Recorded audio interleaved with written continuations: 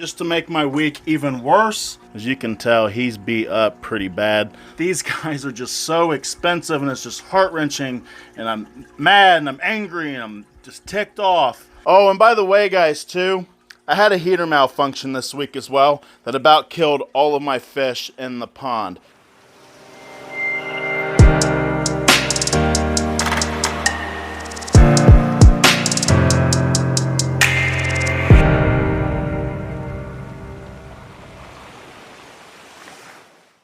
So what is up, everybody, and welcome back to my channel. As you guys can tell by now by the thumbnail and the first few seconds of this video, I'm not having a good week at all.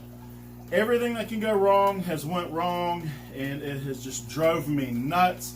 But I'm going to bring you along today and show you everything that is going on in my fish room. It's chaotic, it's hectic. I mean, gosh, guys, when it rains, it pours. But I just want to show you guys that keeping monster fish is not as easy as what it seems, and I'm going to show you my struggles that I'm dealing with right now. First off, to start my day off, is heater malfunction. This is a really expensive heater, 1,000-watt titanium heater with a temperature controller and also the temperature probe here that's supposed to regulate the temperature of this. Not even that old. Maybe 4 or 5 months that I've actually used this. I went in to put a piece of driftwood into this pond this week, dipped my hand in the water. Holy crap, that feels cold. And I'm talking ice cold, guys. Come to find out, it's about 66 degrees. I keep this at 83. I'm not sure when this heater actually went out, because the thing is it showed that the heater was on and it had a power source. It showed on this that everything is fine. Everything was not fine. So that's the first thing, is this junk heater there. I tell you what, guys, I'm super frustrated. Luckily, I have a backup. Always have a backup in plan for every tank that you have. You never know when something like this can happen. And I just so happen to have a spare sitting off here that is 800 watts, I believe. So still a pretty strong heater for this pond. I'm going to show you some of the fish that I've had issues with too. So let's check it out. Look at him, guys. He is beat up. It hurts me to see him like this. I've had him for a long time. And he was actually a rescue from somebody that reached out to me, I don't know, probably a year or so ago. And he's always beautiful. He's lost his color, his fins are ripped, he's lost scales on the side. We need to pull him out. I'm going to get him a special place to where he can freshen his wounds back up, and we'll get him back in here again and see what else will happen. See if maybe the aggression has stopped. This is one of the downfalls of keeping monster fish.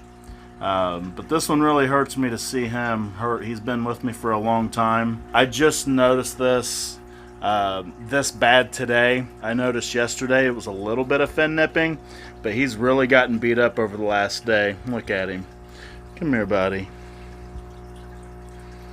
You went out of there? But we're going to get him into a hospital tank. He normally comes up to me too, so you can tell he's out of sorts. He'll usually let me pet him. He's just not acting like himself, so we'll pull him out, get him into the hospital tank, get him healed up. But we got to figure out who's the culprit, and I think I can figure it out.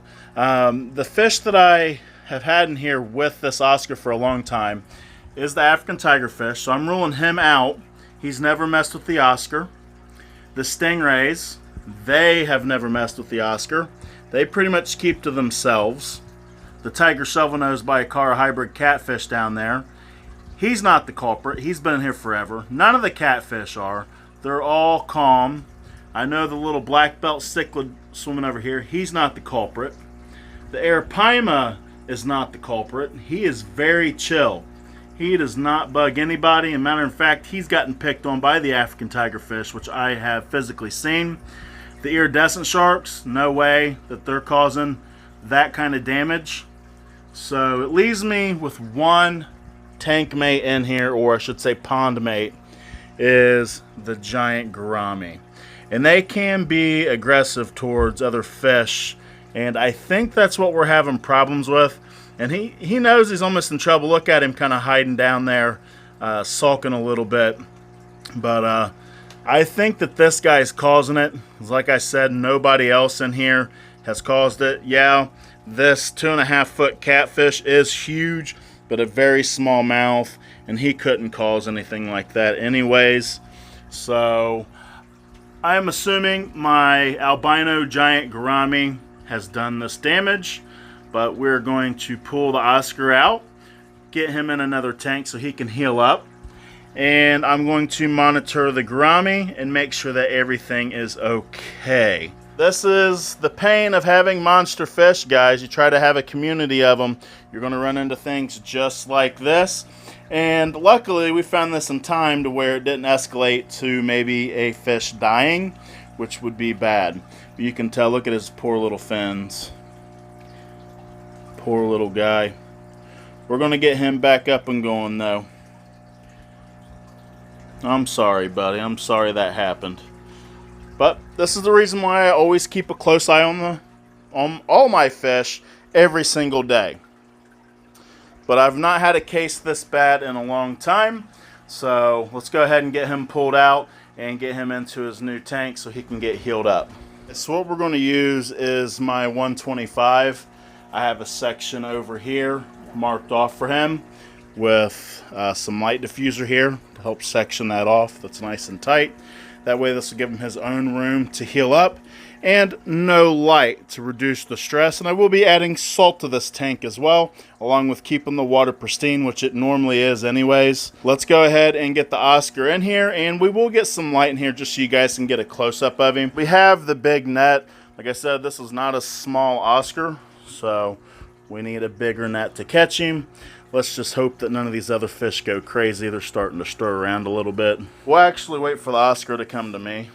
And now we play the waiting game. May not have to wait too long. He is out. He knows what's up. He stopped.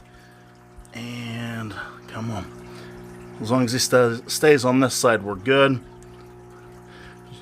As you can see, that's a 12, 13-inch Oscar. Look how big that giant gourami is. And like I said, I think he's the one that's causing this damage.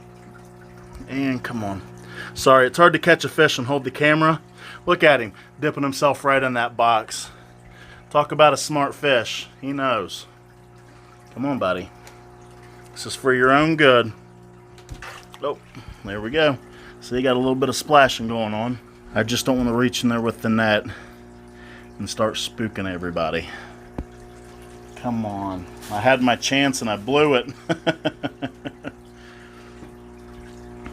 I can't believe he went down in that plastic drawer. That was kind of funny. He says, "I'm no dummy." I think I got him cornered now. Right where I want him. Here we go. He is in the net. There he is, guys. Look at that. Look how beat up he is. I feel so bad. But here we go. Look how big he is, guys. Look how big he is. Alright. Let me put the net down, get everything cleaned up, and we'll take a closer look at him under the light. Some of you might be wondering, how can I pull one fish out of the pond and put him directly in the other aquarium over here? And the simple answer is, I keep them at the same temperatures. All the water parameters are the same. So going from here to here is really no big deal, other than it's a smaller tank, which is easier for me to medicate him with salt, because I'd have to add a ton of salt in this pond just to treat that Oscar. Where in this 125, it's a smaller aquarium to where I can dose less salt and still be just as effective for him and get him by himself. Look, he's poking his head out over there. Lights are out on his side. Alright guys, so let's assess the damage. It's pretty good now that we got some light on him. As you can tell, he's beat up pretty bad. Lots of scales missing. Fins torn all over the place. He's in pretty bad shape. but I don't think it's life-threatening. I think he's going to be just fine. He's just going to need a couple of weeks or maybe a little bit more of just good, clean water and being separated by himself to help heal up. Like I said, after this close-up, there will be no lights on him. If you ever have a beat-up fish like this, turning the lights off is one of the best things you can do to help reduce the stress. And I will be dosing the tank with salt as well to help heal his wounds up even quicker. So I'll keep you guys updated with him and see how he starts looking over the next couple of weeks. Alright guys, and now to make it even worse of a week, one of my 3 piranhas is down. You guys know I had 5, but they've bit him all the way down into the meat, into the tail. He's going to have no quality of life, so I'm going to put him down here in a little bit by using clove oil, and we'll put him down easily, because once a fish gets bitten down to the meat like that, he's not going to grow his tail back, and he's not going to be able to swim properly, and it just won't be fair to him. But, you know, I know with baby piranhas this can happen, but these guys are just so expensive, and it's just heart-wrenching, and I'm mad, and I'm angry, and I'm just ticked off. You know, I spent a lot of money on these fish. I had to get them shipped in. The shipping was expensive too. This is not a piranha that you can just get at your local fish store. You know, I'm about to just throw the towel in with these guys. I'm just aggravated. I figured once they've grown about double in size, which they have, they'd start getting along. Apparently not, as you can tell. That poor guy, I got to get him down here soon. I might just let these 2 just duke it out in the tank, or if they get along, they get along. But I'm at the point that if I come down to 1 piranha, I'm literally going to just, I don't even know if I should even say this, but I'm just so mad, so I'm talking out of anger. But I'm about to just throw the last one that's in here that thinks he's just, you know, Billy Badass, and just throw him in the pond and see what happens. You know, let him mess with some real monster fish. But don't get me wrong, I'm talking kind of angry, so I'm just bringing you guys along as I see this happen. And this is a very bad week for me, and I want to keep you guys updated with everything that goes on in the fish room. That way when you guys see videos and you don't see a fish, you know what happened. There he is. I'm very transparent with all my fish and what happens, you know, and I feel like I need to show you this too. And I want to let people know how hard it is to keep these aggressive and some of these monster fish with all these problems I'm having. Everything was good until this week. All of a sudden things change. So if you do plan on keeping monster fish, be prepared. Now coming over here in the pond, since I pulled the Oscar out, everybody else seems fine. There's no fin nipping going on. Everybody's pretty chill. So I think the Gourami, like I said, he's the one that caused it. But everybody else seems to be fine, so I don't know what I'm going to do. If I have any more problems from the Gourami, I'm going to have to say bye-bye. I'm going to have to find him a new home somewhere. I think everything's fine now. And it's been a few days since what happened to the Oscar, so we're going to go check on him too and see how he's doing. Alright guys, here's the Oscars. You can tell, you can see his flesh on the sides. I mean, he got beat up bad. Some of his skins, you know, or scales I should say, has fell off. I got to get that cleaned up. It's down there in the bottom. He seems to be doing fine. His fins are starting to heal up a little bit. You know, we just got to see if he can get back to his normal self and, you know, heal 100%. I hope he does, because he was a very beautiful Oscar. Very good coloration. Hate to see him like this.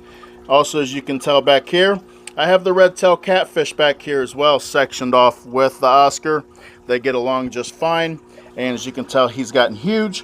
And I had to pull him from the other side of the tank because he was growing so fast that he was going to start eating the other tank mates any day. So, not going to have that happen on my watch. I've already had a bad week, so I'm just going to go ahead and separate him now as far as that goes. But as you can tell, too, as he's getting bigger, he had this when he was a baby, but it wasn't that bad. As he's getting bigger, it's getting worse. But he has gill curl there, as you can see. And what gill curl is either the fish is in too small of a tank, which I got him when he was a baby out of a 10-gallon tank, and water quality also has a role to play on this as well. So it was one of the two or both, but unfortunately he's got gill curl. It doesn't hurt him or harm him in any way. It's just cosmetic. But he's in, you know, bigger aquariums now, so he'll have a better life. Well, guys, I know this is not a video I really wanted to make, but I wanted to keep you guys up to speed with everything that's going on in my fish room. This has been one of my worst weeks in fish keeping.